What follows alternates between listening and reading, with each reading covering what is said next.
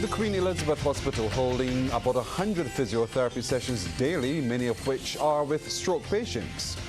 The start of the ferry service to be run by the company Connect Carib delayed. Concern about the absence of today's youth from emancipation celebrations. Broadcasting from our studios in the Pine St. Michael, this is CBC NewsNight, starting now.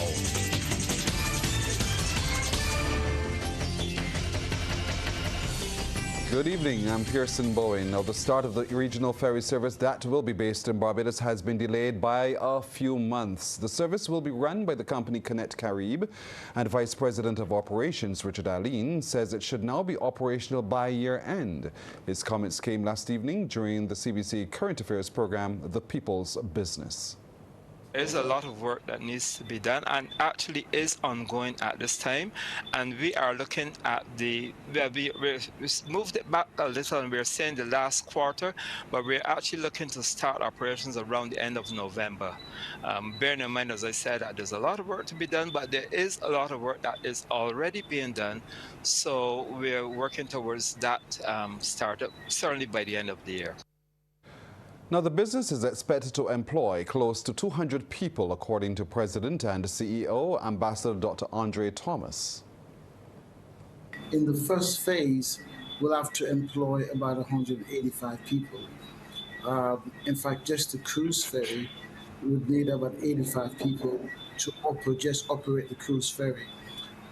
Our actual head office here would have at least about 50 to 60 people, and then the cargo ships as well. So that's in phase one, you're looking about 185 staff in phase one, and then we'll then grow with the other phases because we intend to grow and in total cover 21 countries.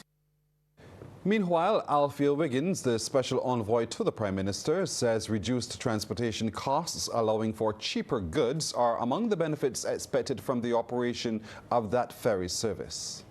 In terms of produce, reaching the end consumer, which is us, transportation costs account for very high markup, so hence the cost to the end user is very high.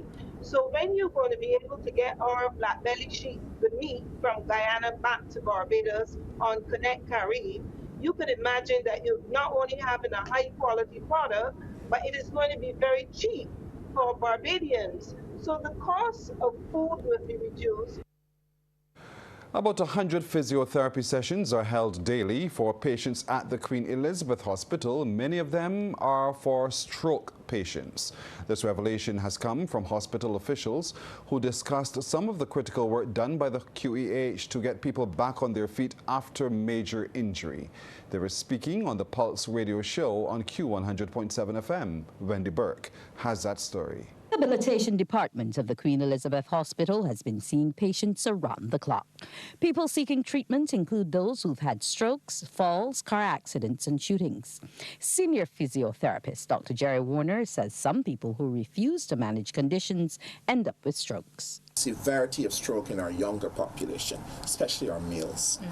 We have a number of persons who are not aware of their medical status. They don't know that they're hypertensive, they don't know that they're diabetic, they have not gone to the doctor. Some of them who do go to the doctor then don't take their medications.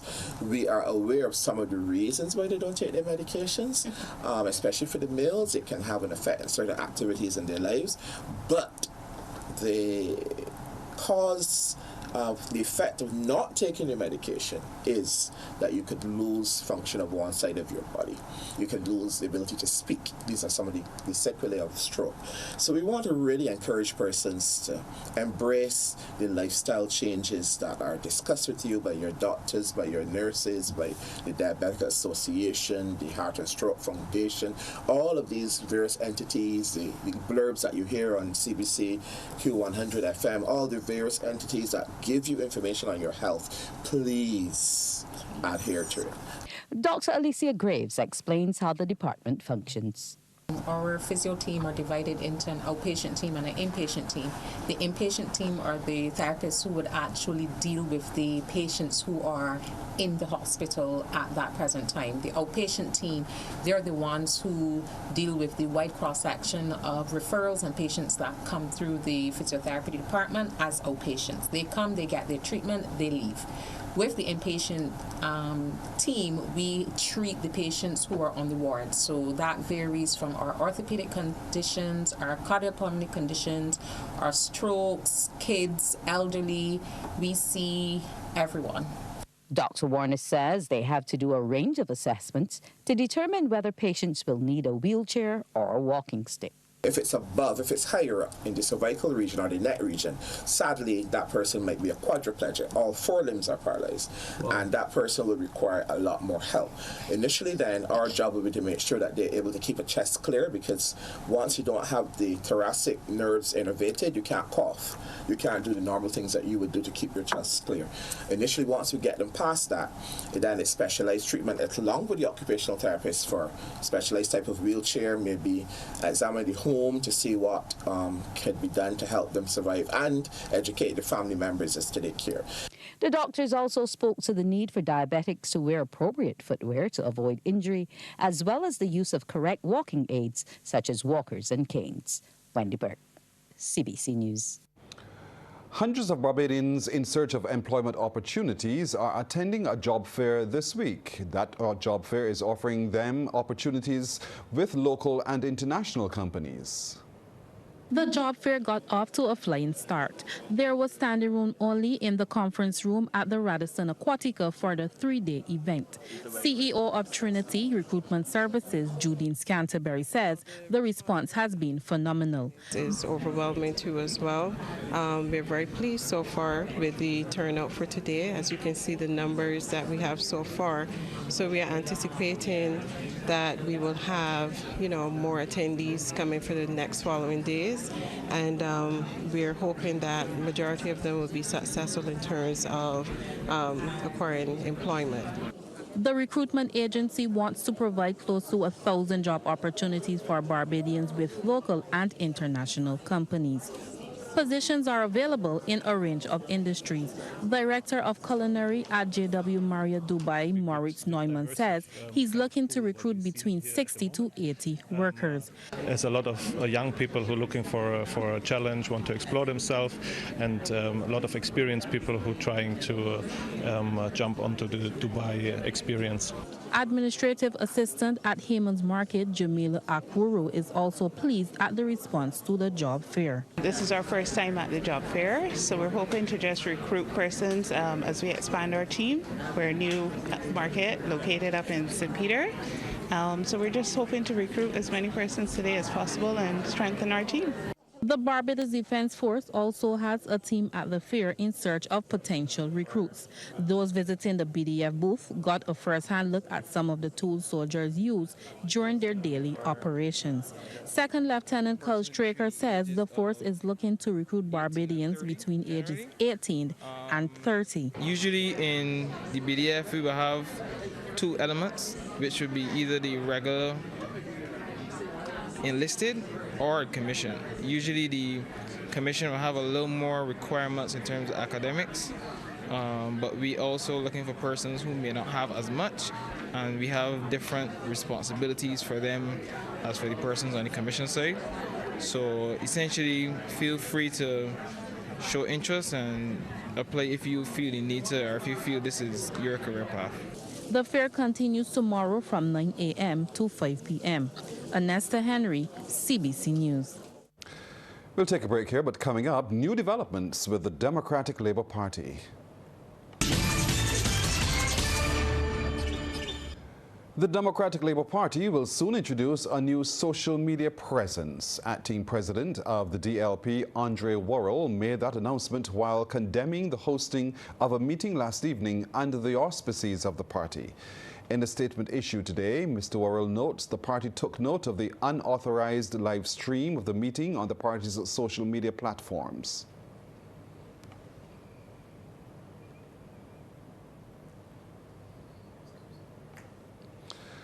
Well, that statement comes after concerned party members in support of ousted former President Dr. Ronnie Yearwood and former General Secretary Steve Blackett held a meeting at the Ellerslie School, which was shared via the DLP's annual channels. A video circulating on social media shows Mr. Worrell and Acting General Secretary Pedro Shepherd speaking to the police officers on the school's compound. And at that meeting at Ellerslie School, expelled DLP President Dr. Ronnie Yearwood acknowledges much has gone wrong at George Street, but it is now up to the membership to decide what becomes of the party. The reality is you will have to make the difference to what becomes of the Democratic Labour Party and what becomes of the politics of Barbados. The only duty I've ever had is to serve my country, to serve my people, to serve my community, and so build a better Barbados for my family, for my friends, and for all of the people around me, so that they can live out the dreams that they need to live out. Meanwhile, former Prime Minister of Barbados, Frundle Stewart, is urging party faithfuls to dismiss those who continue to gaslight the party. Mr. Stewart made the remarks at the monthly branch meeting of the St. Michael Southeast branch at the Parkinson Memorial School. We need to get back to the real version of ourselves. We have not been relating to the real version of ourselves. And we need to get back to the real Democratic Labour Party. The Democratic Labour Party that spent 33 years of its existence in government and that won 7 of the last 16 elections in Barbados. Additionally, Mr. Stewart says after they lost the 2018 general election, the DLP was capable of dealing with defeat and did not need a savior. Because of the gaslighting that had taken place, because our confidence was systematically dug at and overwhelmed, we still went in search of a Messiah.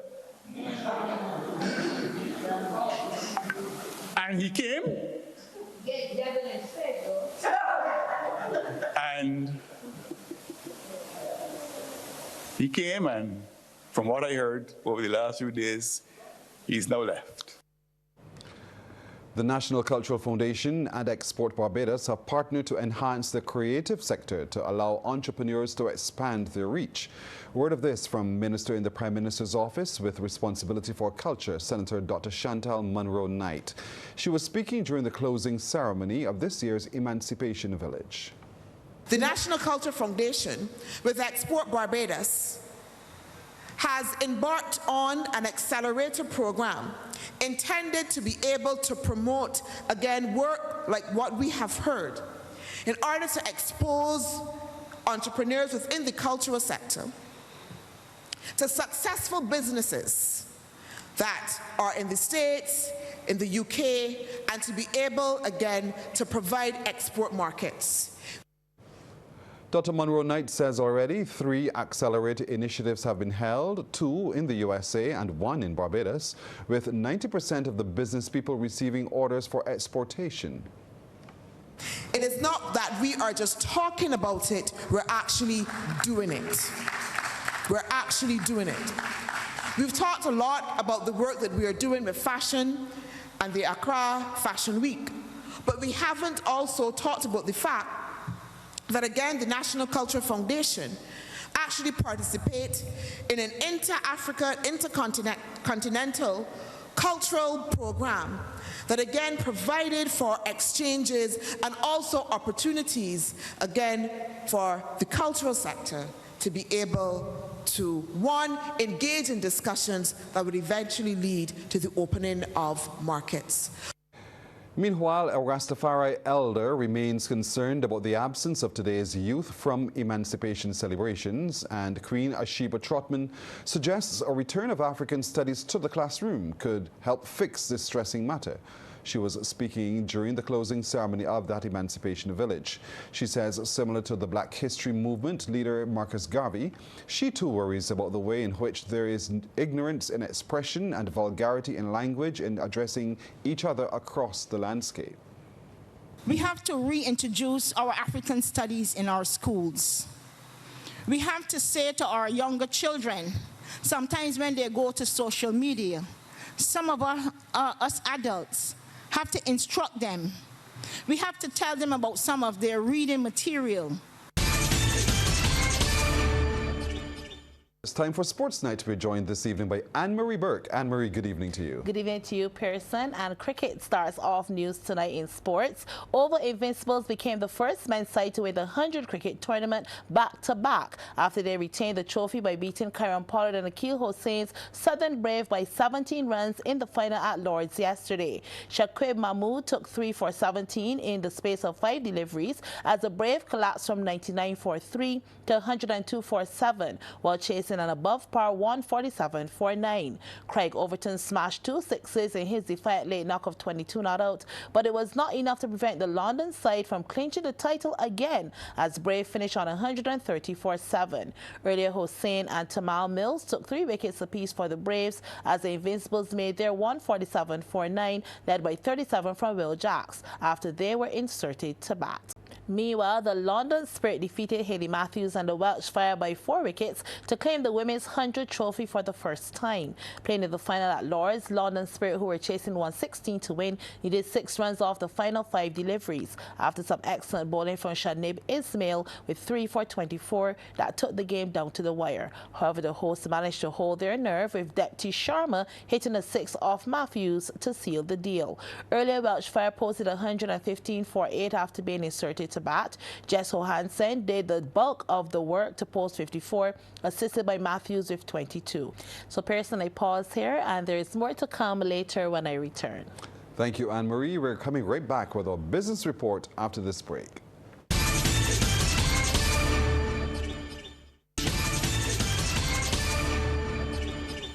In business tonight, Connect Carib is aiming to provide producers in Barbados and the region with the opportunity to tap into the $4 billion of sales generated from online purchases of products from outside the region. President and Chief Executive Officer of the Play On Group and Connect Carib, Ambassador Dr. Andre Thomas, shared the company's vision of how that will be achieved using their e-commerce platform during last evening's People's Business on TV8.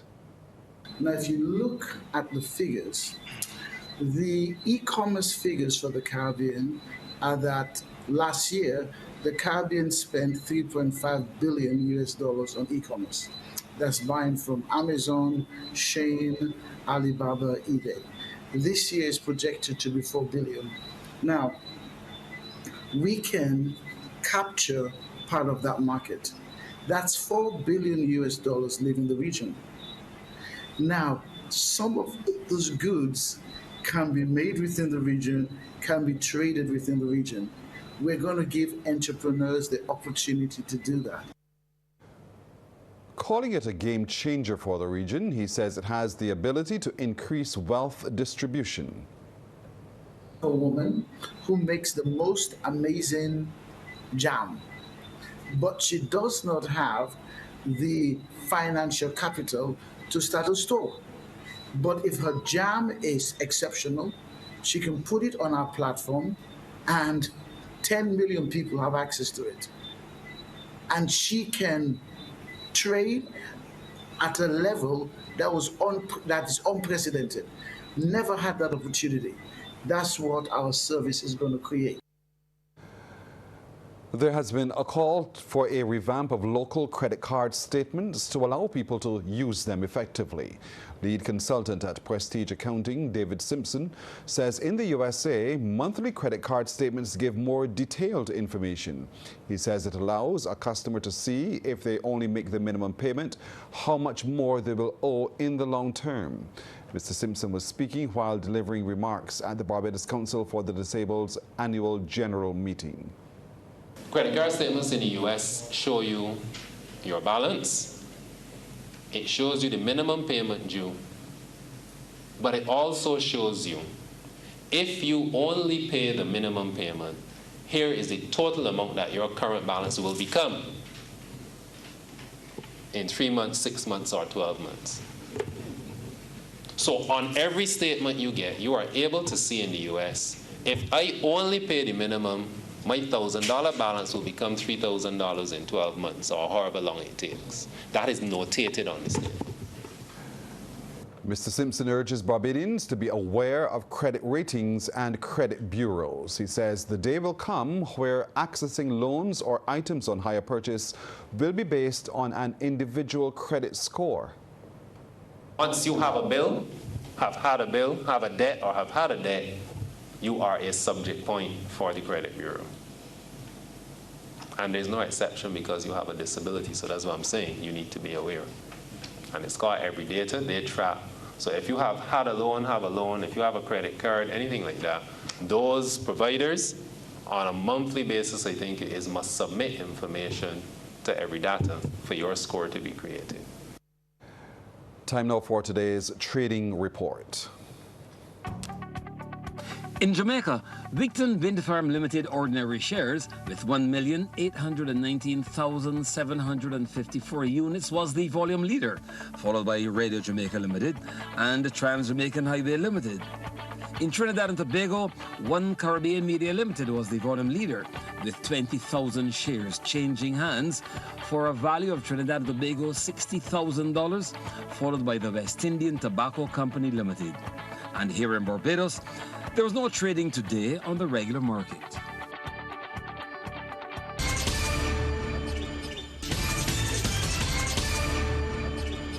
Well, the first half deserves a second half. We're back with Anne-Marie Burke.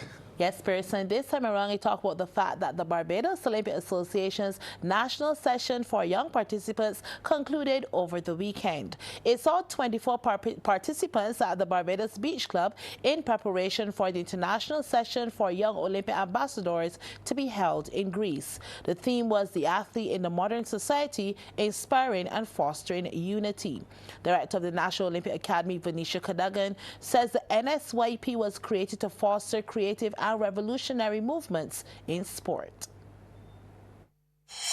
NSYP was born out of a vision to provide a platform for young emerging leaders in sport to engage in dialogue on issues of relevance in sport. And as the Madam Master of Ceremonies indicated, it was also intended to bring attention to Olympism and its ideals and increase the knowledge of the participants of Olympic issues. Ultimately, NSYP aims to develop leadership capacity by encouraging young sportspersons to examine the environment in which they engage and determine how to navigate through it and how to develop that environment. The BOA's director and chair of the Education Commission, Dr. Sasha Sutherland, says this year's theme was special to her as it reinforced the goal of the International Olympic Academy. This year's session theme, The Athlete in Modern Society, Inspiring and Fostering Unity, is critical because as athletes and individuals proficient in sports and other forms of physical exercise, you have a unique privilege to inspire others to greatness, to overcome adversity, to advocate for change, or to defend a position that might be unpopular where other voices outside of sport would also render those campaigns useless. Now, West Indies will open their campaign against defending champions India in the second edition of the ICC Under-19 Women's T20 World Cup to be played in Malaysia from January 18th to February 2nd next year. Prior to that, the young Windies women will be on an upcoming tour of the United Kingdom, a crucial part of the team's preparation for the World Cup. The tour will see the team participate in a series of highly competitive matches, including the England and Wales Cricket Board Development Tournament. It will feature teams from Scotland and Ireland, with the West Indies Under-19 women's team guaranteed 3 T20 matches. The squad was scheduled to arrive in the United Kingdom today. And Pearson, that's it for sports. Anne-Marie, thank you. Have a good night. We'll be right back after this break.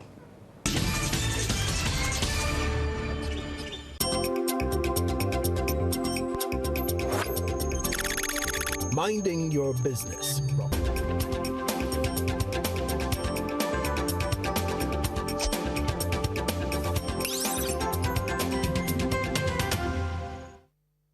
In this this edition of Minding Your Business, we shift the focus to a very important initiative that is being endorsed by the Affinity Plus Cooperative Credit Union Limited. It's the 2024 Mr. Executive Challenge Inter-School Finals, which is primarily aimed at not only highlighting the positive activities of Barbados' young males, but also empowering them to excel both in life and in business. Winston Cumberbatch is the creator of the initiative, and he gave some background to the challenge, which will have its finals this coming Sunday. It has been growing tremendously as a result of so much support that we've been getting from all sectors, government, private sector. It's been amazing. It's been a great journey, and the thing about it is seeing the young men that keep coming through to the finals every year. It is really heartwarming when our young men could take on a challenge like this, right, and grow out of it and get meaningful benefits as well out of it. It is really very encouraging.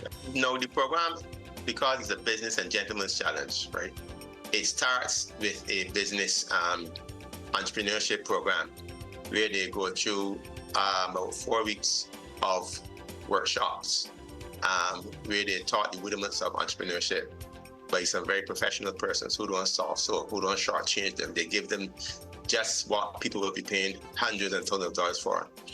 And then coming out of that, then they go into a business development segment where, as a school group with their team, they come out of a business and they bring the products and everything to a level where it can be marketed. And then they would have a trade display and sale at Sky Mall. And as we know, the Barbados Entrepreneurship Foundation would have been dealing with this over the years in the schools. Well, they're the ones who are the facilitators of this business development program. And he says students are also assigned mentors and get the opportunity to go into a real work environment with their mentors. Looking ahead to the finals this Sunday, he says the Aline School currently holds bragging rights, having won the last challenge. And let me shamelessly say I will be back in my old school this weekend, by the way. But good luck to all of the contestants. Now, Mr. Cumberbatch revealed the segments that will be included. The day at the office where they spent a day in the workplace of a mentor and went through certain tasks and were assessed by a judge later on. The other one is the community leadership project. The job interview. In addition to that, then there's what we call the CEO business pitch. There will also be a business attire modeling segment and a date night that has become a major highlight of the event. The date was included to give them a chance to show that chivalry is still alive.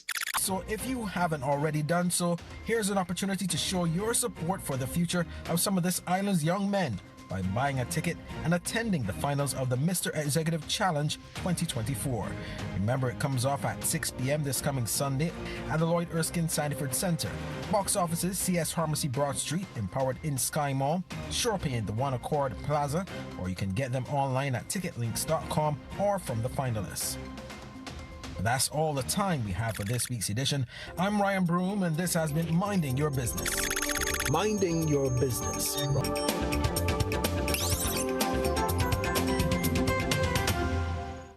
Well, that's our time tonight. Thank you for yours. I'm Pearson Bowen. For the crew, to all of you, good night. By God's will, we will see you tomorrow.